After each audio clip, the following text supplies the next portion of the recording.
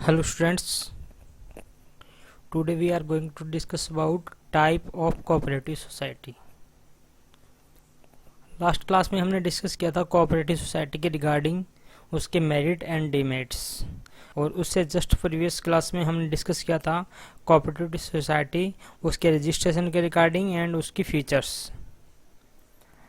तो cooperative society का हमारा जो सिलेबस है अकॉर्डिंग टू सीबीएसई, उसमें हमारी ये तीन टॉपिक है जो हम आज की थर्ड जो कोऑपरेटिव सोसाइटी की थर्ड क्लास है और चैप्टर सेकंड की 11th क्लास है।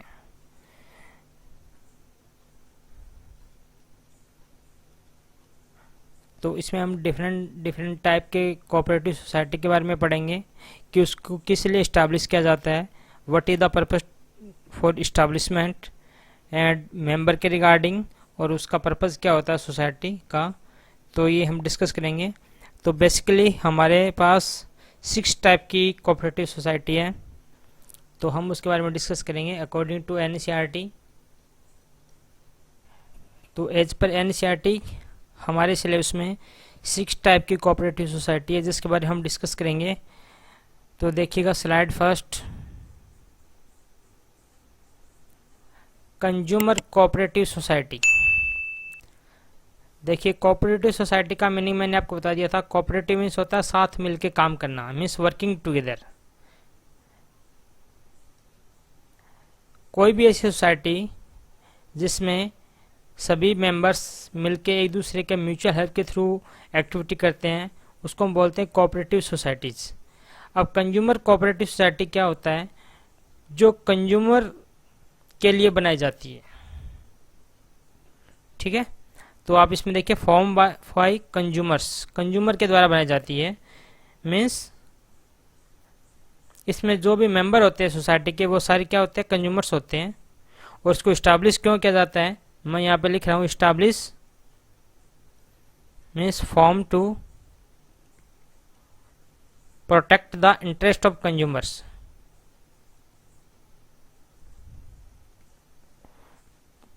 कंज्यूमर की जो इंटरेस्ट है उसको प्रोटेक्ट करने के लिए, इंटरेस्टेड ऑफ कंज्यूमर्स, कंज्यूमर की जो इंटरेस्ट है उसको प्रोटेक्ट करने के लिए ये कोऑपरेटिव सोसाइटी बनाई जाती है। Consumer cooperative society means ultimately consumer के पर्पज़ के लिए बनाई जाती है, कंज्यूमर को बेनिफिट देने के लिए बनाई जाती है। और इसमें जो मेंबर्स होते हैं वो कौन होते हैं, कंज्यूमर्स होते हैं। ये क्या इंश्योर करता है, ये इंश्योर करता है कि हमारी जो कंज्यूमर गुड्स की जो सप्लाई हो, मीन्स कंज्यूमर को जो भी गुड्स प्रोवाइड किया जाए वो रिजनेबल प्राइस में हो। To ensure supply of consumer goods in a fair price, fair price means reasonable price. ठीक है,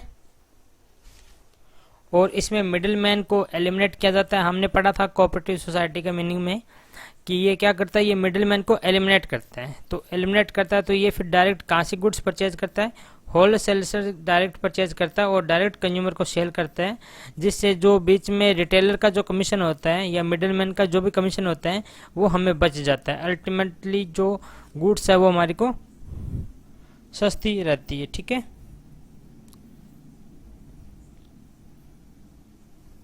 तो ये लिंक मेंटेन करता है directly between the wholesaler to the consumer या मेंबर्स, क्योंकि इसमें जो कंज्यूमर होते हैं वही क्या होते हैं, इसमें मेंबर होते हैं। ठीक है,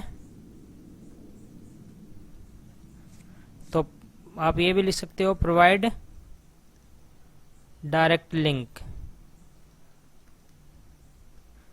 from wholesaler to members. Wholesaler से मेंबर्स के बीच में ये क्या करता है, ये डायरेक्ट लिंक मेंटेन करता है। और इसमें जो मेंबर होते हैं वो कौन होते हैं, कंज्यूमर्स होते हैं। ठीक है, और अगर कोई बेनिफिट होता है तो फिर वो क्या कर दिया जाता है, उसमें डिस्ट्रीब्यूट कर दिया जाता है मेंबर में।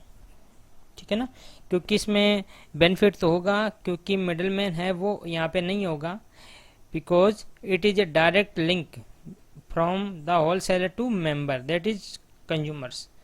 तो आपका टॉपिक क्लियर हो चुका है। कंज्यूमर कोऑपरेटिव सोसाइटी किस लिए बनाई जाती है, means form to protect the interest of consumers, consumer के इंटरेस्ट को प्रोटेक्ट करने के लिए बनाई जाती है।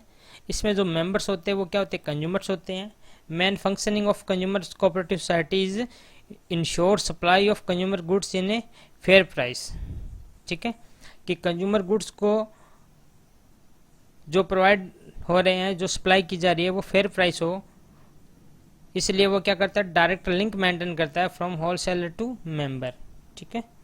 और अगर कोई भी इसमें सरप्लस आता है, कोई प्रॉफिट आता है, तो which are distributed to the member, वो मेंबर को डिस्ट्रीब्यूट कर दिया जाता है। तो इस हिसाब से ये हमारा कंज्यूमर कोऑपरेटिव सोसाइटी है। नाम से पता लग रहा है कंज्यूमर की रिगार्डिंग बनाई जाती है। सेकंड देखिए, सेकंड है प्रोड्यूसर कोऑपरेटिव सोसाइटी। देखिए कोऑपरेटिव सोसाइटी जो वर्ड है वो सब में सेम है, कॉमन है। प्रोड्यूसर, यहाँ पे प्रोड्यूसर के रिगार्डिंग इंटरेस्ट को प्रोटेक्ट करने के लिए बनाई जाती है। तो लेकिन यहाँ पे प्रोड्यूसर कौन से होंगे, बड़े प्रोड्यूसर नहीं होते, यहाँ पे प्रोड्यूसर होते हैं स्मॉल प्रोड्यूसर। तो इसमें जो भी मेंबर होते हैं वो कौन होते हैं, स्मॉल प्रोड्यूसर होते हैं। जैसे कंज्यूमर, हमारा जो कोऑपरेटिव सोसाइटी था उसमें जो मेंबर्स थे वो कंज्यूमर थे कि उनको फेयर प्राइस नहीं मिल पा रहा था, उसके लिए कोऑपरेटिव सोसाइटी को बनाया गया। अब स्मॉल प्रोड्यूसर के सामने किस तरह की प्रॉब्लम आ रही है, तो पहले तो ये लिखेगा कि इसका इस्टेब्लिशमेंट का पर्पज़ क्या था। तो पर्पज़ वही, protect the interest of small producer. ठीक है। तो मैं यहाँ साइड में लिख रहा हूँ, आप भी ऐसे नोट्स बना के लिखेंगे, पीछे भी मैंने बताया है फर्स्ट में भी, तो आप ऐसे यहीं भी लिखिएगा कि पहले हम इस्टेब्लिशमेंट क्यों करेंगे इसका, what is the purpose to establish,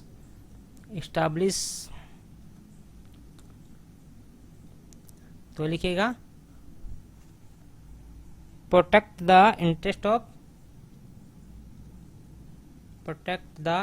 of small producer, interest of small producer. जो स्मॉल प्रोड्यूसर का जो इंटरेस्ट है उसको प्रोटेक्ट करने के लिए प्रोड्यूसर कोऑपरेटिव सोसाइटी बनाई जाती है। तो आप इसको देख सकते हो, इसको हम इंडस्ट्रियल कोऑपरेटिव सोसाइटी भी बोलते हैं।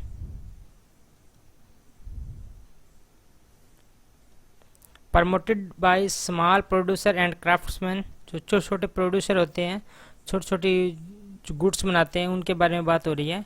Help them to start small scale and cottage industry. कौन हेल्प करता है, कोऑपरेटिव सोसाइटी हेल्प करती है कि आप स्मॉल स्केल लेवल पे अपने बिजनेस को स्टार्ट कर सकते हो। कोई कॉटेज इंडस्ट्री, कोई घरेलू इंडस्ट्री है, आप इसको स्टार्ट कर सकते हो। ये डिफरेंट टाइप की फैसिलिटी प्रोवाइड कराता है। कैसी फैसिलिटी प्रोवाइड कराता है, ये आपको रॉ मटेरियल सप्लाई करता है, टूल्स इक्विपमेंट सप्लाई करता है। ठीक है। इससे क्या होता है, आप अपने गुड्स को बना सकते हो और बना के आप उसको मार्केट में अपने प्रोडक्ट को सेल कर सकते हो। तो ये दोनों बातें देख लीजिएगा, ये इसकी फंक्शनिंग में कवर होगा। Functioning of producer cooperative society, ये इसके फंक्शनिंग है। फंक्शनिंग मीन्स क्या काम करता है ये, तो ये प्रोड्यूसर को रॉ मटेरियल्स, टूल्स, इक्विपमेंट्स ये वगैरह प्रोवाइड कराता है ताकि वो अपने प्रोडक्ट को मार्केट में सेल कर सकें। ठीक है। तो इसका पर्पज़ आपको पता लग गया, कौन से इसके मेंबर होते हैं, क्या इसकी फंक्शनिंग होती है। मेनली इसमें 3 पॉइंट आप करिएगा हर सोसाइटी के। ठीक है। Third cooperative society, marketing cooperative society. यहाँ पे बात हो रहा है मार्केटिंग की। मार्केटिंग का मतलब क्या होता है, मतलब बहुत सारे प्रोड्यूसर ऐसे हैं जिनका गुड्स मार्केट में बिक नहीं रहा होता। ठीक है। उनको गुड्स को सेल करने में प्रॉब्लम आ रही है, तो उनको बेनिफिट देने के लिए मार्केटिंग कोऑपरेटिव सोसाइटी इस्टेब्लिश की गई, जिसका मेन पर्पस था कि जो स्मॉल फार्मर है, स्मॉल जो प्रोड्यूसर है, उनके गुड्स को मार्केट में सेल किया जाए, उनका एक ऐसा प्लेटफॉर्म प्रोवाइड किया जाए जिसके थ्रू वो अपने गुड्स को अच्छे प्राइस पे सेल कर सके। तो पहले आप इसका भी पर्पस देख लीजिएगा। इसका पर्पस क्या है, हेल्प टू स्मॉल प्रोड्यूसर, लिखिएगा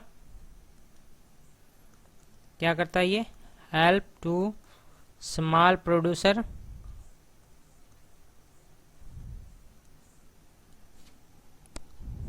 इन selling their product.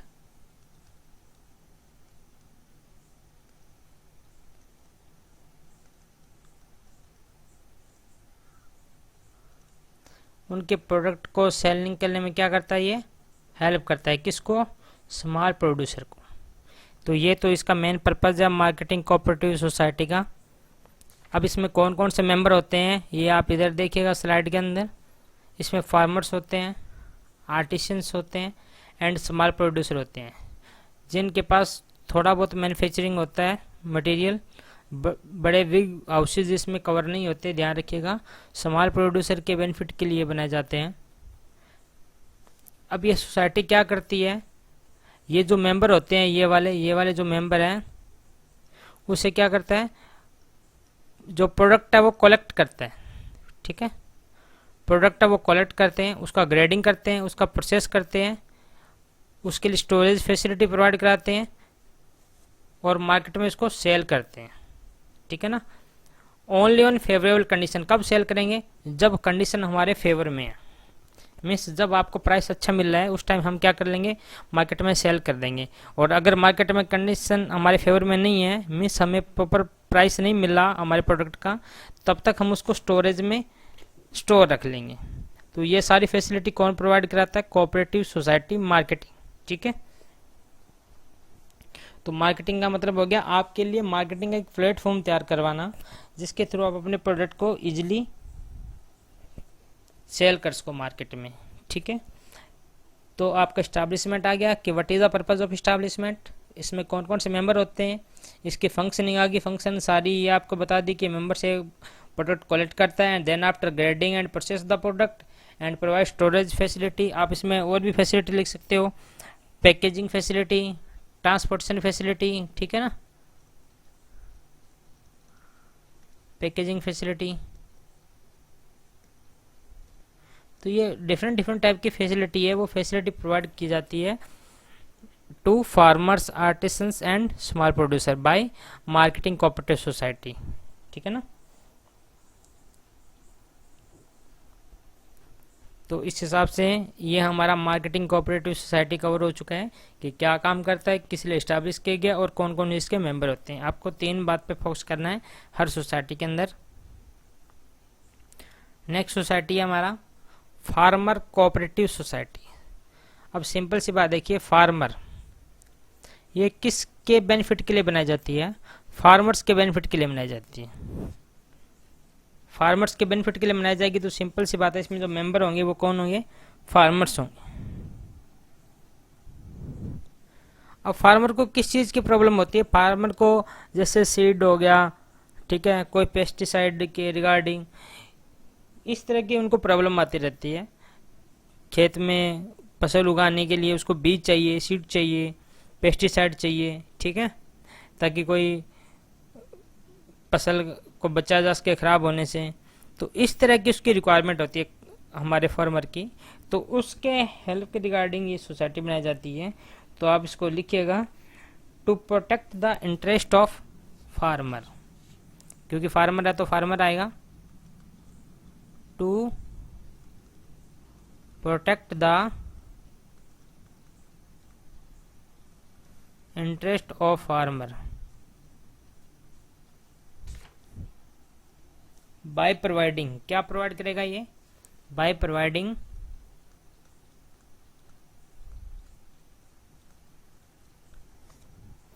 Better input as reasonable cost. Means better input, क्योंकि उसको सीड वगैरह पेस्टिसाइड वगैरह ये चाहिए, और ये किस पे चाहिए, रीजनेबल कॉस्ट पे चाहिए।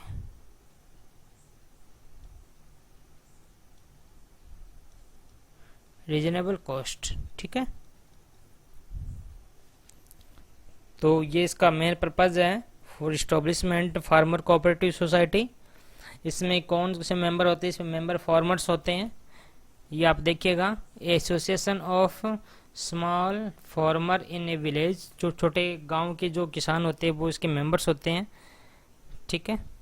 इसमें लार्ज स्केल प्रोडक्शन किया जाता है through joint cultivation, increasing in yield पर एकड़ ऑफ लैंड।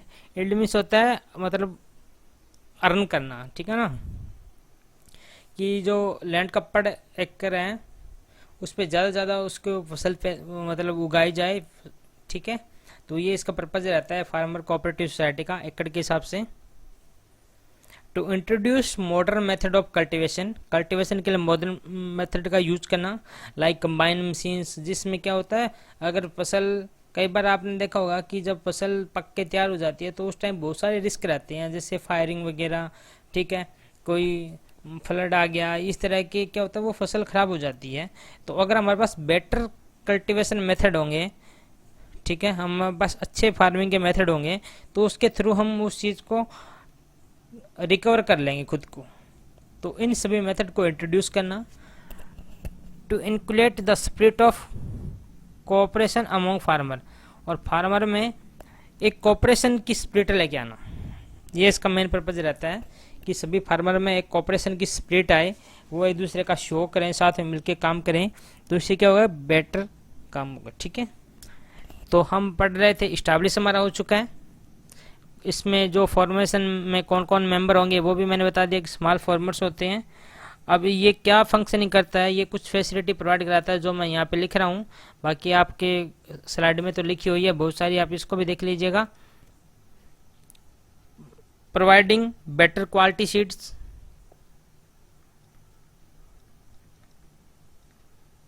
प्रोवाइडिंग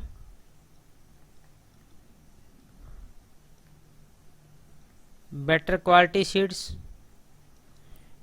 ठीक है। फर्टिलाइजर प्रोवाइड कराता है, जो हमारी जो लैंड की फर्टिलिटी होती है उसके लिए ज़रूरी होता है, फर्टिलाइजर्स। एंड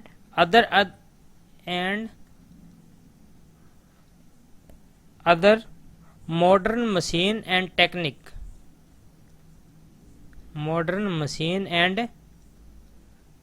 मैं शॉर्ट में लिख रहा हूँ, आप इसको फुल लिखिएगा। For use in cultivation of crops. तो ये इसका फंक्शनिंग है, मैंने जस्ट एक एग्जांपल दिया है, आप अपने हिसाब से लिख सकते हो, अपनी बुक के हिसाब से, स्लाइड के हिसाब से आप इसको नोट कर सकते हो कि फार्मर कोऑपरेटिव सोसाइटी का क्या पर्पज होता है।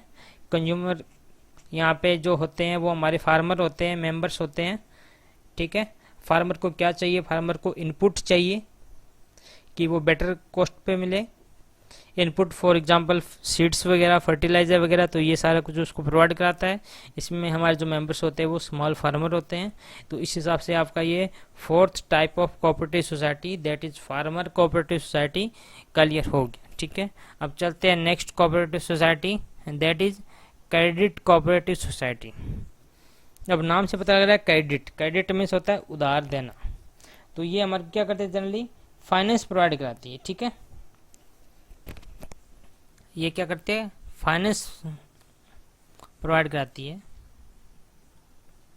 फाइनेंस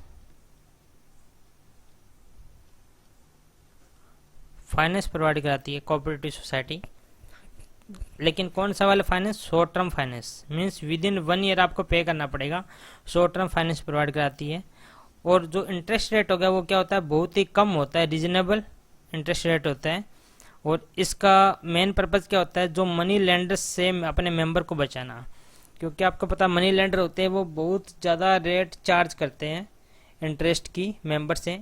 तो उस चीज़ से बचाने के लिए कोऑपरेटिव सोसाइटी का फॉर्मेशन किया जाता है, जिसका मेन मकसद होता है कि जो मेंबर्स है उनको मनी लेंडर से प्रोटेक्ट करना। तो ये तो देखिएगा, ये आप इसका पर्पज बन गया, पर्पज फॉर इस्टेब्लिशमेंट। ठीक है, अब आप देखेंगे इसमें मेंबर कौन होगा, इसमें मेंबर होगा हु सीक फाइनेंशियल हेल्प। इसमें मेंबर कौन होते हैं, जिसको फाइनेंशियल हेल्प की जरूरत है। ठीक है, मैं ये लिख रहा हूँ मेंबर्स कौन होते हैं, हु सीक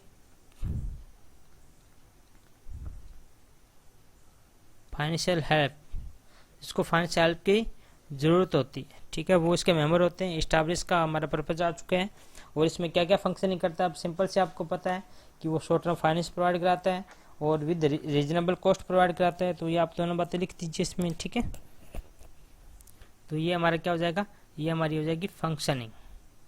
ये दोनों पॉइंट किस में आ जाएंगे, फंक्शनिंग में आ जाएंगे। ठीक है, तो आपको हर सोसाइटी में, जैसे मैं बता रहा हूँ कि आपको 3 बातें ध्यान रखिएगा कि उसमें मेंबर्स कौन होते हैं और उसका इस्टेब्लिश का पर्पज क्या होता है, and what is the functioning of cooperative society. ठीक है, तो आपको याद भी रहने लग जाएगा कि जो पर्टिकुलर कोऑपरेटिव सोसाइटी है वो क्या काम करती है। ठीक है, क्रेडिट मीन्स होता है फाइनेंस प्रोवाइड कराना, क्रेडिट लोन प्रोवाइड कराना। तो वो सारी इसमें कवर होती है। अब हम लास्ट कर रहे हैं, last type of cooperative society, that is cooperative housing society. Last type of cooperative society is housing cooperative society. तो ये जनरली हाउसिंग के बारे में बात करता है, मीन्स बहुत सारे नीडी पर्सन हैं जिनको रेजिडेंशियल अकोमोडेशन की ज़रूरत रहती है, और वो भी रीजनल प्राइस पे। तो उनके लिए ये सोसाइटी बनाई जाती है कि वो लिमिटेड इनकम वाले जो पीपल्स हैं उनको हेल्प प्रोवाइड की जाए, और उनको एक कंस्ट्रक्टेड हाउस प्रोवाइड किया जाए रीजनेबल कॉस्ट पे। ठीक है, चाहे वो ओनरशिप बेस पे हो, चाहे वो रेंटल बेस पे हो, दोनों इसमें बेसिक चलता है, ध्यान रखिएगा। हाँ, यहाँ पे रेजिडेंशियल अकोमोडेशन की बात हुई है, मकान बेचने की या किराए पे देने की बात नहीं हो रही है। तो कोई भी हो सकता है, either it is ownership base और रेंटल बेस। तो फर्स्ट तो आप इसका पर्पस देखिएगा कि what is the purpose for establish. तो लिखिए टू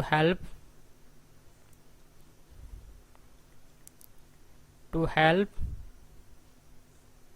पीपल्स। कौन से पीपल्स? जिसकी लिमिटेड इनकम है, मतलब बहुत कम इनकम है, with limited income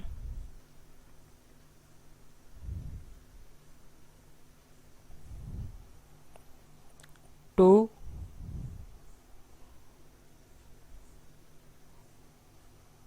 construct houses at reasonable cost. उनको रीजनेबल रेट पे कंस्ट्रक्टेड हाउस की फैसिलिटी प्रोवाइड कराना उन पर्सन्स को जिसकी इनकम क्या है, लिमिटेड इनकम है। तो ये इसका मेन पर्पज है। ठीक है, तो अब इसमें जो मेंबर होंगे वो कौन से मेंबर होंगे? Peoples who are desirous of procuring residential accommodation, जिसको रेजिडेंशियल अकोमोडेशन चाहिए। ठीक है, तो वो भी आप लिख लीजिएगा कि इसमें मेंबर कौन कौन होते हैं। Peoples who are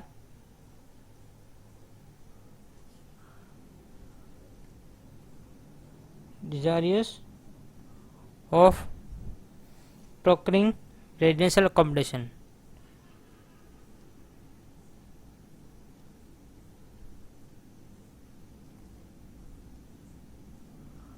residential accommodation।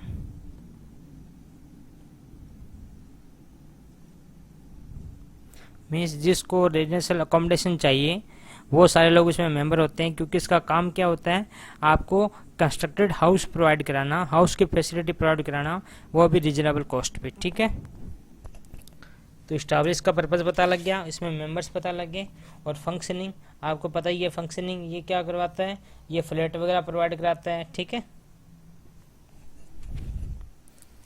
ये आपको दे रखा है फंक्शनिंग का, तो क्वेश्चन में ही स्लाइड में दे रखा है। Help to purchase house at less cost, कम से कम रेट पे उसको घर खरीदना। ठीक है, help to purchase house on easy instalment provide करके वो अपना घर परचेज कर सकते हैं। ठीक है, तो ये सारी जो फैसिलिटी थी वो हाउसिंग सोसाइटी के थ्रू प्रोवाइड की जाती है। तो ओके स्टूडेंट्स, ये हमने 6 टाइप का कोऑपरेटिव सोसाइटी पढ़ा। तो कोऑपरेटिव सोसाइटी का जो हमारा टॉपिक है फॉर्म ऑफ ऑर्गेनाइजेशन में, वो यहीं क्लोज हो जाता है।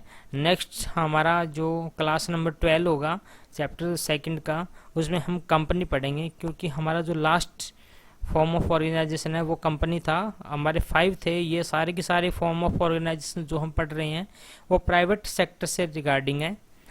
तो आप इनके 4 हमारे जो फॉर्म है ऑर्गेनाइजेशन के वो कंप्लीट हो चुके हैं। 5th हमारा नेक्स्ट क्लास से स्टार्ट होगा, that is joint stock company. ठीक है, तो ओके स्टूडेंट, आप इसको अच्छे से कर लीजिएगा टाइप ऑफ कोऑपरेटिव सोसाइटी को।